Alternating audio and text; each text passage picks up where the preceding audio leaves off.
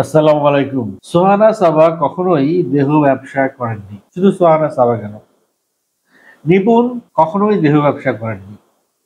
পরিমণি কখনোই দেহ ব্যবসা করেননি। বিদ্যা সিনহা মিম কখনোই দেহ ব্যবসা করেননি। অপু বিশ্বাস, বুবলি সহ যাদের যাদের নামে, শিরিন শিলা আরো অনেক নায়িকাদের নামে দেহ ব্যবসা করে বলে একটি অভিযোগ তুলে বিভিন্ন সংবাদ মাধ্যম হেডলাইন করে কন্টেন্ট ক্রিয়েট করেছে বা সংবাদ করেছে। এখন দেখেন, জার্নালিজমের একটা উসুল আছে। উসুলটা হলো যে এমন কোনো তথ্য সাংবাদিকরা প্রকাশ করতে পারে না যেটির কোনো প্রমাণ নাই। এটা হচ্ছে জার্নালিজমের প্রথম উসুল। এখন সেই উসুল যদি তারা ফলো করে, সেই লটা, সেই পথটা যদি জার্নালিস্টরা ফলো করে, তাইলে তারা যে সংবাদগুলো প্রকাশ করেছে সেই সংবাদের এগেনস্টে তাদের কাছে যথার্থ প্রমাণাদি আছে। এখন কথা হচ্ছে, তাহারা তাহলে সেই সব প্রমাণাদি সহ কেন সংবাদটি উপস্থাপন করলো না?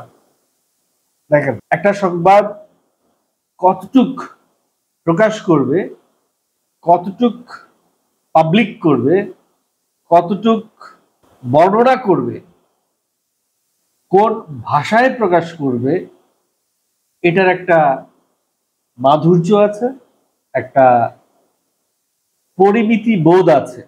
সোহানা সাবা সম্পর্কে ভোরের কাগজ যে কন্টেন্টটি করেছেন, যে তিনি দেহ ব্যবসা করেন, বিষয়টি একেবারে হুবহু তাক বলেননি।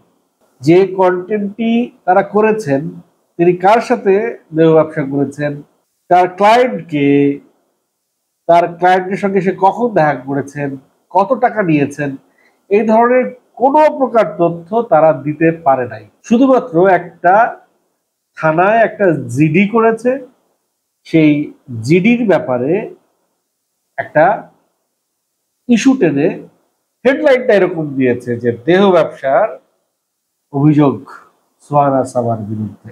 এখন সাধারণ মানুষের কাছে প্রশ্ন, সাধারণ জনমানুষের কাছে প্রশ্ন আসতে পারে যে একটা নায়িকা কত টাকা আয় করে, একটা সিনেমা করে কত টাকা পায় যে তার 60 লক্ষ টাকা দামের একটা গাড়ি থাকবে, কোটি টাকা দামের একটা ফ্ল্যাট থাকবে, লক্ষ লক্ষ টাকার অর্নামেন্টস থাকবে, তার দৈনন্দিন খরচ লাখ টাকার উপরে থাকবে। একটা নায়িকার এই আয়টা কিভাবে আসে?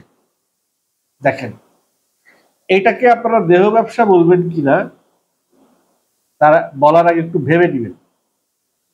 একটা নায়িকার সঙ্গে একজন শিল্পপতির বন্ধুত্ব থাকতে পারে, সেই বন্ধু তাকে একটা গিফট করতে পারে, তাকে নিয়ে ঘুরতে যেতে পারে, তাকে নিয়ে বেড়াতে যেতে পারে, তাকে নিয়ে বিভিন্ন অনুষ্ঠানে যেতে পারে, তাকে একটা ফ্ল্যাট গিফট করতে পারে, তাকে একটা গাড়ি গিফট করতে পারে, তাকে দৈনন্দিন যে তার যে অর্নামেন্টস এর চাহিদা সেগুলো তাকে উপহার হিসেবে দিতে পারে। এগুলো তো গিফট। এখন গিফট কখনোই কি কোনো মানুষ যখন বেশ্যার কাছে যায় তখন কি গিফট দিয়ে যায়? তাকে তো ব্যবহার করে কিছু টাকা দিয়ে চলে আসে, এবং সেটির পরিমাণও খুব যথার্থই থাকে, খুবই কম পরিমাণ থাকে। তো একেবারে এই যে বিষয়টা, যে বিষয়টাতে তারা ফুলে ফেপে অর্থে বৃত্তে মহিষী হয়ে যায় এবং প্রচুর ধন সম্পদের মালিক হয়ে যায়, খুব বেশি কাজ না করে, বা অন্য যারা আছেন তারাও একই পরিমাণ কাজ করে তাদের ধারে কাছেও থাকতে পারেন না, এই যে একটা আর্থিক বৈষম্য তৈরি হয়, এই আর্থিক বৈষম্য থেকে অনেকে হয়তো জেলাস ফিল করতে পারে। তো সেই জেলাস ফিল করে সে তার বিরুদ্ধে সরাসরি হয়তো কিছু বলবে না। সে কি করবে? সে কিছু কিছু ইনফরমেশন যেগুলো সে জানে, সেই ইনফরমেশন গুলো এই ভোরের কাগজ রিলেটেড কোনো সংবাদপত্রে বা এমন কোনো সংবাদপত্রে দিবে যে সংবাদপত্রগুলো কিন্তু গ্রেড হিসেব করলে বি গ্রেড বা সি গ্রেড বা ডি গ্রেডে পড়বে।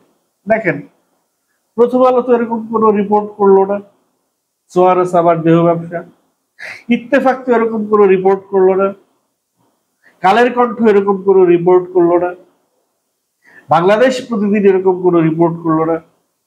তাহলে কয়েকটি পত্রিকা, যেমন ধরেন ভোরের কাগজ, দেশ টিভি, আরো কিছু পত্রিকা আছে যারা এই ধরনের সংবাদ উপস্থাপন করছেন, হ্যাঁ এটা বলতে পারেন যে তাদের কাছে ওই প্রমাণাদি যায় নাই, তাই তারা এই ধরনের রিপোর্ট করে নাই।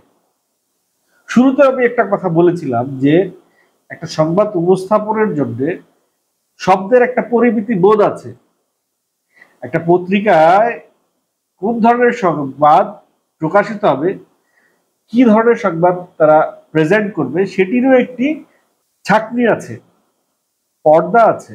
সেই জায়গাতে মানে ইয়ে হয়ে ছাঁকনিতে ছেকে এমন এমন সংবাদগুলো সামনে আসে যে সংবাদগুলো বস্তুনিষ্ঠ হয়, সকলে বিশ্বাসযোগ্য হয়, সকলের কাছে উপস্থাপনযোগ্য হয়। এখন যে ধরনের সংবাদ নিয়ে আমি কথা বলছি, এই ধরনের সংবাদ কেন সব যদি উপস্থাপনযোগ্য হইতো, বস্তুনিষ্ঠ হইতো এবং বলার মতো সংবাদ হইতো, তাহলে কেন সব ধরনের পত্রিকায়, সব পত্রিকায় কেন এই ধরনের সংবাদ ছাপলো না? যাই হোক, সোহানা সাবা এখন হুঁশিয়ারি দিয়েছেন যে 2 ঘন্টার মধ্যে যদি এই ভিত্তিহীন সংবাদ তারা যদি ডিলিট না করে তাদের অনলাইন থেকে, তাহলে সে ব্যবস্থা নেবে।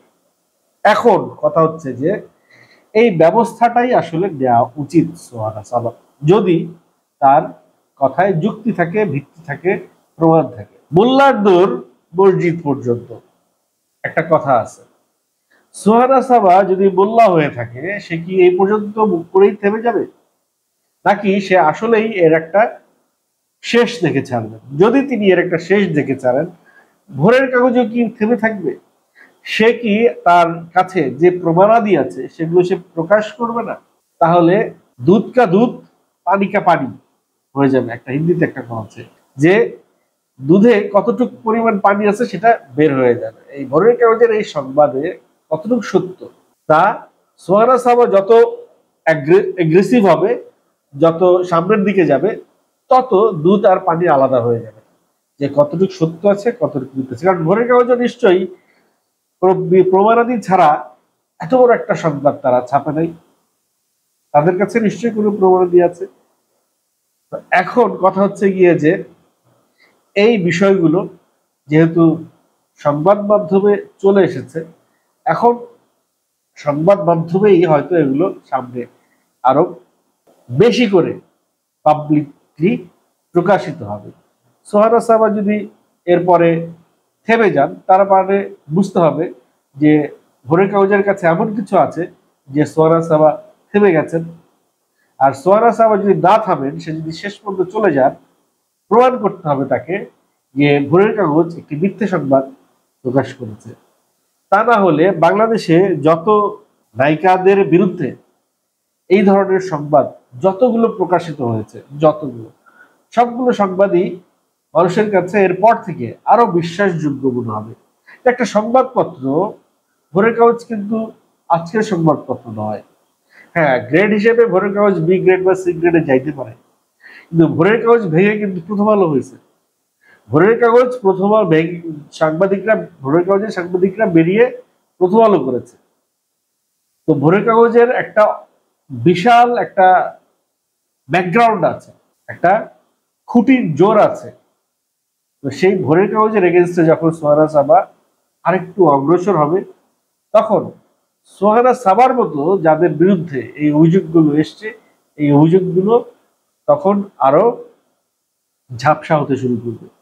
আর যদি এই অভিযোগ সোহানা সাবা মিথ্যে প্রমাণ করতে না পারেন, তাহলে অন্যান্য নায়িকাদের বিরুদ্ধে যেসব অভিযোগগুলো এসছে, সেই অভিযোগগুলো মিডিয়ার মানুষের সামনে, সাধারণ মানুষের সামনে আরো পরিষ্কার হয়ে যাবে। সোহানা সাবা আমার অত্যন্ত প্রিয় একজন অভিনেত্রী।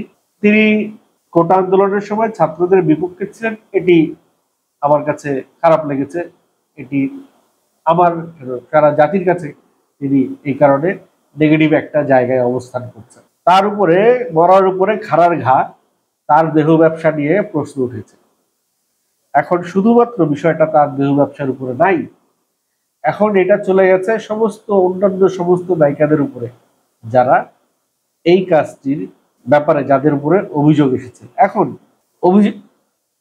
অভিযোগের সত্যতা কতটুকু সেটি প্রমাণ কিভাবে করবে? এটা কি আদালতে যাবে?